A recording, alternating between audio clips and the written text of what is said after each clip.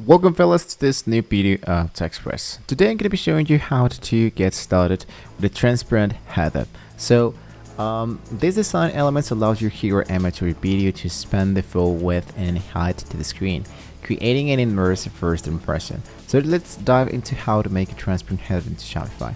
So many default Shopify themes come with a solid header that occupies a space at the top of the page, pushing your primary content down. So while functional, it can sometimes feel a bit traditional blocky. A transparent header, on the other hand, allows you your header to look much more, let's say, professional and good looking.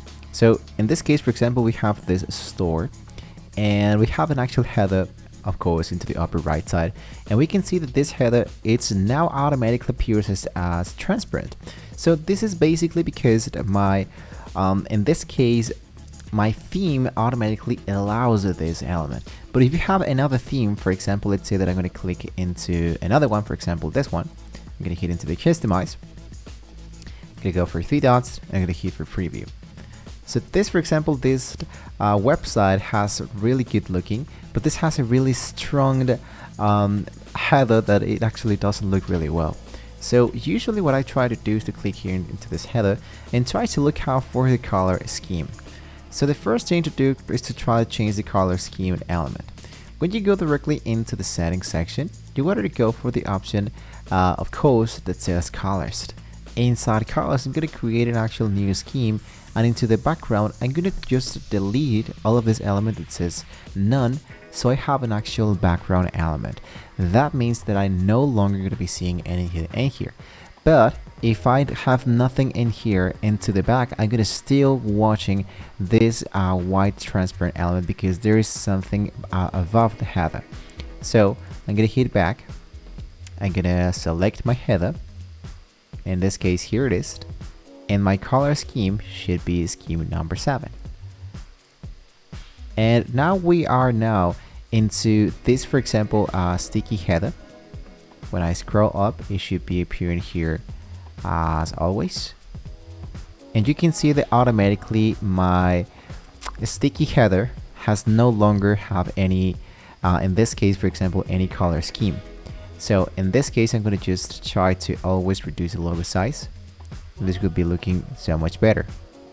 But I can change this for on the scroll up, but it will still be looking inside that element. So if you wanted to delete this part of the header, let's say that you wanted to be appearing this a little bit down from the image banner, well, we needed to make a few changes.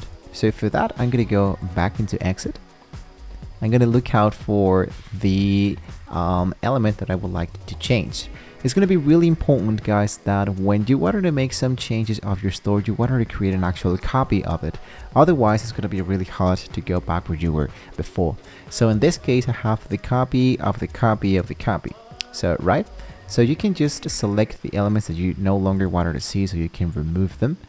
And you don't have to worry about them later.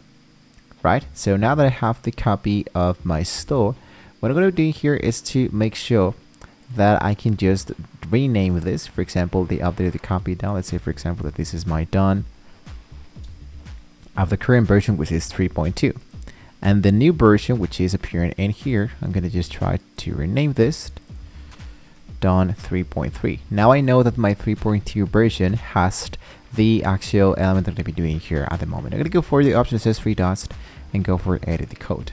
I'm going to be leaving your code down below in the description that you can just use this, so you don't have to worry and be discouraged of getting started with all of these crucial elements. So basically what we're going to do here, to get started here, the first thing I want to do is to locate my layout, and here have the theme.liquid.